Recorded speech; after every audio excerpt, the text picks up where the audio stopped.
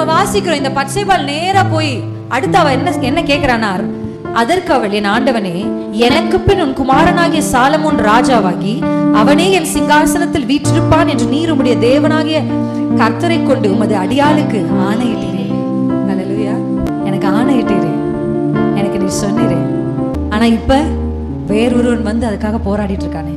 உங்க வாக்கு தத்தத்துக்கும் நீங்க சொன்னதுக்கும் சூழ்நிலைமைக்கும் எதிர்மறையா நடக்குது. அப்படிதான் நம்ம நிறைய தடவை கேள்வி கேட்கிறோம். ஆமா தானே? எத்தனை பேருக்கு அந்த டவுட் இருக்கு? கர்த்தர் சொன்ன வாக்கு தத்துவம் ஒண்ணு ஒரு மாதிரி இருக்கும், நம்ம வாழ்க்கை வேற மாதிரி போயிட்டு இருக்கும். இப்ப நம்ம என்ன பண்ணணும்? நம்ம பத்சேபாள் கிட்ட கற்றுக்கொள்ள வேண்டியது என்ன தெரியுமா? நீ சொன்னீரேப்பா, அப்படி போய் ஆண்டவர் கிட்ட கேட்கணும். வாக்கு தத்தத்தை கையில பிடிச்சு அந்த கார்டை வாங்கிட்டு அதை பைபிளுக்குள்ளே வச்சு எப்பயாவது கேட்கும் போது திரும்பி பார்த்து கூடாது.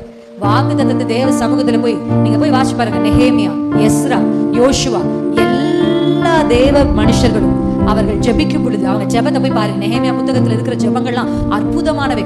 நீங்க போய் அவங்க ஜெபங்கள்லாம் பாருங்க. அவங்க ஜெபிக்கும் போதெல்லாம் ஒரு வார்த்தையை கான்ஸ்டன்டா சொல்லுவாங்க. மோசேயுடைய ஜெபம் போய் பாருங்க.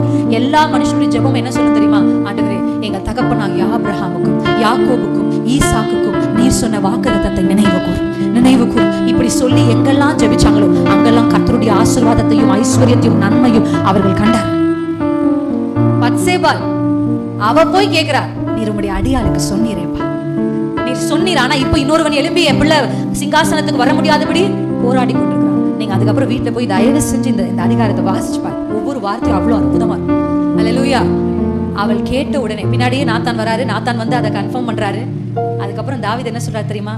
அன்னைக்கே அந்த நிமிஷமே வர சொல்றாரு, எல்லாரும் வாங்க, சாலமோனை கொண்டு போய் சாலமோனை அபிஷேகம் பண்ணி சாலமோனை நகர்வரம் வர வைத்து சாலமோன் ராஜாவாக்க ஆனான் என்று எல்லாருக்குமே சொல்லுவோம் என்று சிங்காசனத்துல வந்து சாலமோனை உட்கார வச்சு தாவீது சொல்றாரு, என் கண் பார்க்க என் சிங்காசனத்துல எனக்கு அடுத்தவனை நீங்க உட்கார வச்சீங்களேப்பா, உங்களுக்கு ஸ்தோத்திரம் என்று சொல்லி அந்த நாளே பத்சேபாளுடைய விண்ணப்பத்தை கர்த்தர் கேட்டு அதற்கு ஆமென் என்று சாலமோனை ராஜாவாக்கினார். உங்க பிள்ளைகளுக்கு கர்த்தர் சொன்ன வாக்குத்தத்தம் கர்த்தரிடத்துல போய் கேளுங்க. உங்க கணவரை குறித்து கர்த்தர் சொன்ன வாக்குத்தத்தம் கர்த்தரிடத்துல போய் கேளுங்க.